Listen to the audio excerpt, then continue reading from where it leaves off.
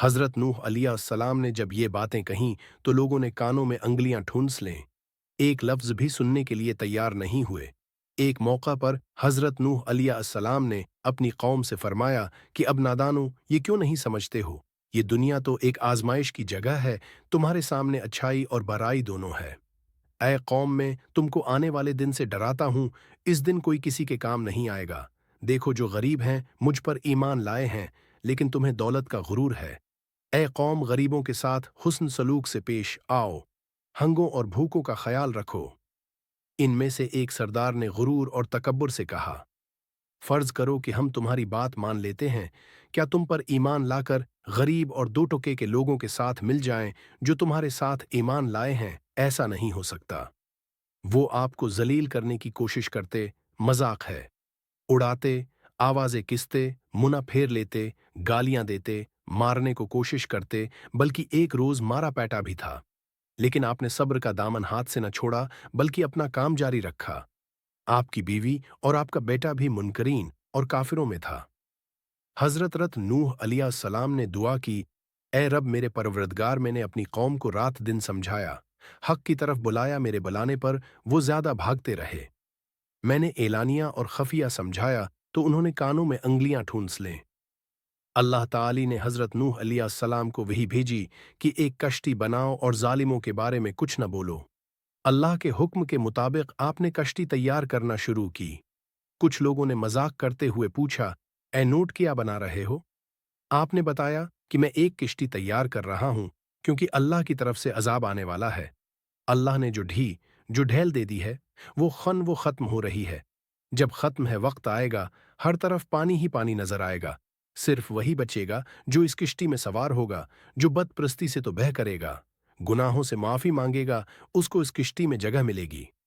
लोग बोले, ए नूह, ये जमीन तो खशक है, ऐसे आसार भी नहीं है कि इतना पानी हो जाए कि किश्ती तैरने लगे। नूह का तो दिमाग ही चल बसा है। हजरत नूह अलैहिस्सलाम इस किस्म की बातों से बिल्कुल मायूस हो चुके और इस्लाह की कोई उम्मीद ही नजर नहीं आ रही थी। जब कश्ती बनकर तैयार हो गई तो लोग कश्ती में गलाजत फेंक देते। कश्ती में कोई ऐसी जगह न थी जहां गलाजत न हो। काफर गलाजत फैलाने के लिए कश्ती के अंदर जाया करते थे। ये उनका मामूल बन चुका था। प्लस एक मर्तबा एक कोढ़ का मरीज भी अपने नापाक मकसद के साथ कश्ती के अंदर गया। इसके सुड़े हुए जिस्म के एक हिस्सा पर कुछ गलाजत लग गई।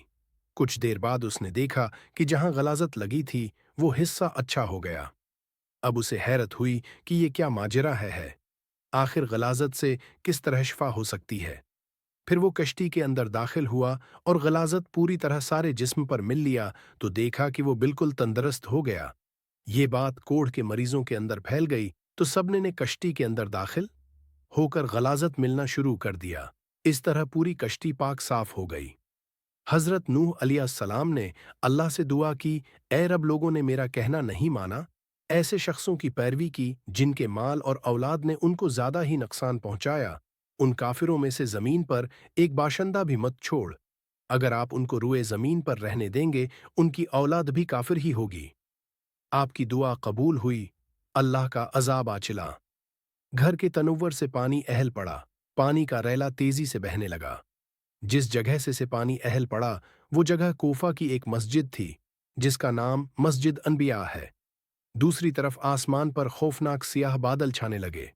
हजरत नूह अलैहिस्सलाम ने देखा कि जमीन से चश्मे फूट रहे हैं। हजरत नूह अलैहिस्सलाम ने कहा कि ये अजाब की अलामत है।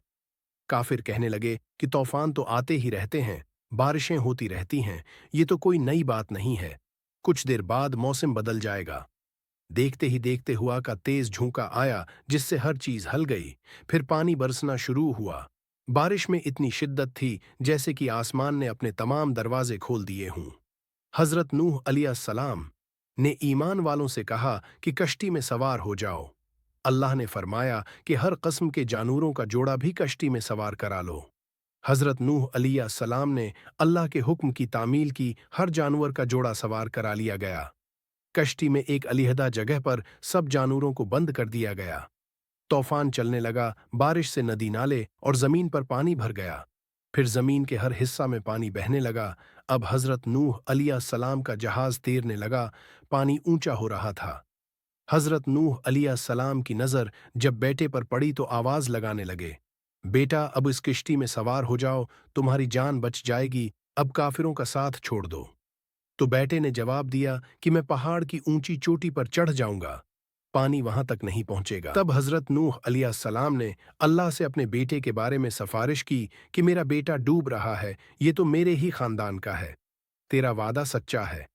अल्लाह ने फरमाया कि वो है तेरे खानदान वालों में से नहीं है, तेरे घर वाले तो वो हैं जो तुझ पर ईमान लाए हैं।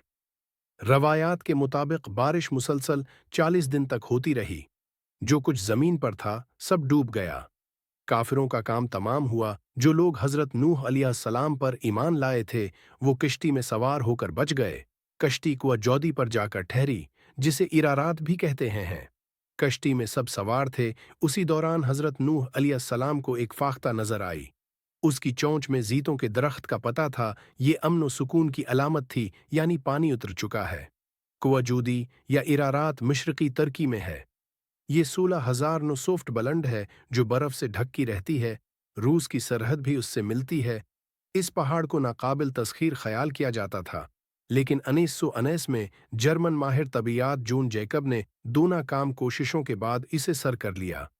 कुछ उरसा पहले हजारों साल की जमी हुई बर्फ का तौदा गिरने से कश्ती नूह अलैहिस्सलाम का एक हिस्सा बर्फ से निकला।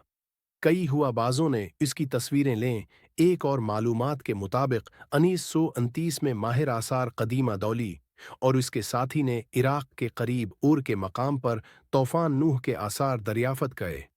अंजील मुक़द्दस किताब पैदाइश की रवायत के मुताबिक तूफान नूह का वाक़या वादी दिजला व फुरात से मुताल्लिक़ है।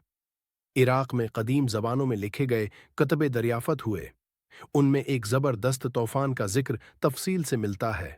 एक माहिर ने दावी किया है कि उसने शहर अर की सबसे निचली सतह में तूफान नूह के आसार पाए हैं। ईसाइयों और यहूदियों की इल्हामी कतब में इदारात का जिक्र तूफान नूह के हवाले से आया है। बाइबल में लिखा है कि 7वें महीना के 17वें दिन किश्ती नूह अरारात नामी पहाड़ पर आ लगी।